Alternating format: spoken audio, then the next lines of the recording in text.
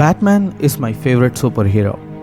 There are way too many reasons for that, but one of them is that he's not actually a superhero.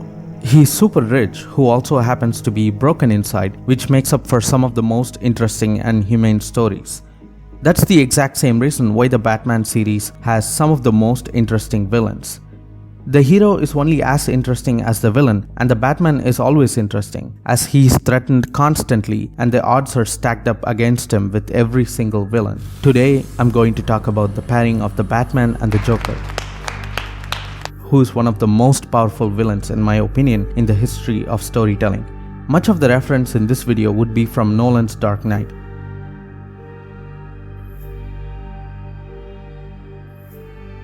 The Joker is not powerful because he's evil, and definitely not because of his destructions. The Joker is powerful because of his philosophical implications. He questions the very morality of the Batman. He sets out to destroy the very thing that makes the Batman, Batman. Who's in control? I have one rule. Oh, then that's the rule you'll have to break to know the truth. Which is? The only sensible way to live in this world is without rules. And tonight you're gonna break your one rule. Christopher Nolan's Dark Knight is actually the crescendo of film adaptations of comics. Nolan proves that he truly understands the philosophy of the Batman and the Joker, and he isn't afraid to show that the Batman is not fun and games, but is actually an epic tragedy. To me, the Batman and the Joker represent the duality of nature. Light and dark, hot and cold, order and chaos, and Batman and Joker. One cannot exist if not for the other. You wouldn't even have the concept of light if you didn't experience the darkness. Batman and the Joker are the perfect hero-villain pair. Batman doesn't kill, and the Joker desperately needs Batman to kill.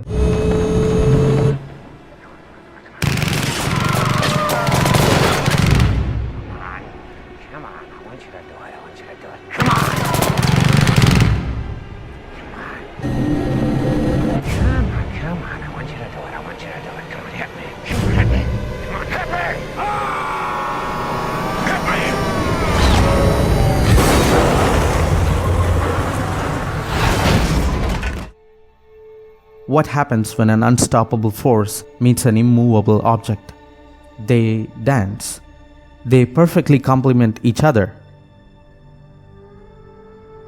There are other iconic hero-villain combinations where there is much more at stake, but none come close to Batman and the Joker because Joker sets out to destroy the very idea and the philosophy of Batman. They're not simply hero and villain.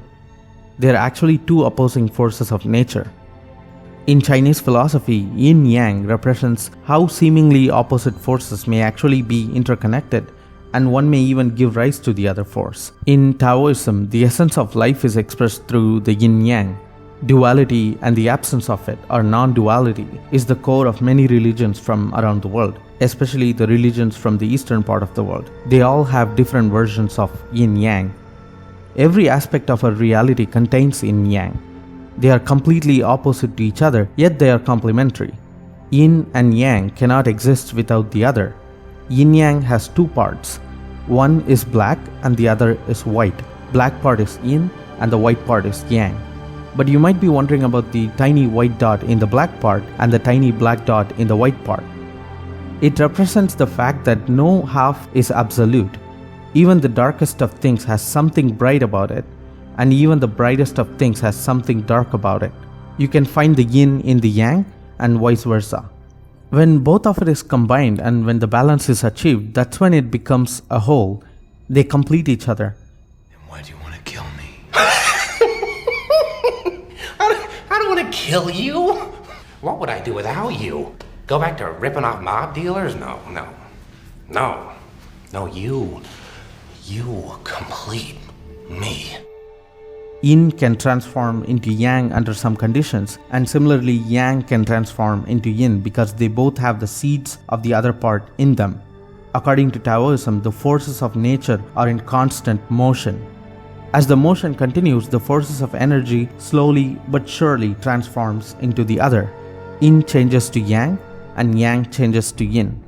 The Batman and the Joker are the same, even to the point that they actually throw out their drinks but pretend to drink anyways. On a much larger scale, Batman believes in the basic goodness of people. Batman wants to establish order and justice in Gotham City. But the Joker believes that there is no inherent goodness in people. The Joker wants to establish chaos and anarchy in Gotham City. Batman takes law into his own hands and even breaks it frequently in the process of establishing order and justice. Joker takes law into his own hands and breaks it much frequently in the process of establishing chaos and anarchy. Batman and Joker are equal and opposite, but the idea of Batman is not absolutely good, and the idea of Joker is not completely bad. Batman, because of his actions, hurt people that are close to him, and Joker, because of his actions, cleaned up the mafia and the corrupt cops in Gotham City. Batman as a Yang has a seed of Yin in him, and the Joker as a Yin has a seed of Yang in him. Criminals like the Joker give rise to the idea of a masked vigilante like the Batman, and a masked vigilante who set out to establish the order in the streets actually give rise to disturbing anarchists like the Joker. In Yin Yang, Yin is not actually bad and Yang is not actually good. Good and bad stems from your own perspective. In that way, with the Batman and the Joker, the dance between the Yin and Yang has to continue forever, much like our own reality and every single thing in it.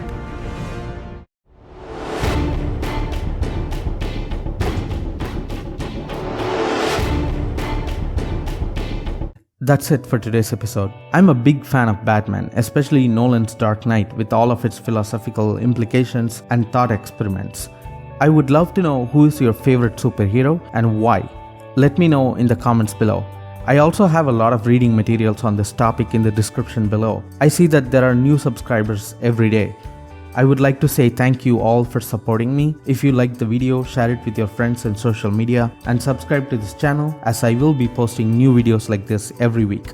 Thank you for watching and see you next week.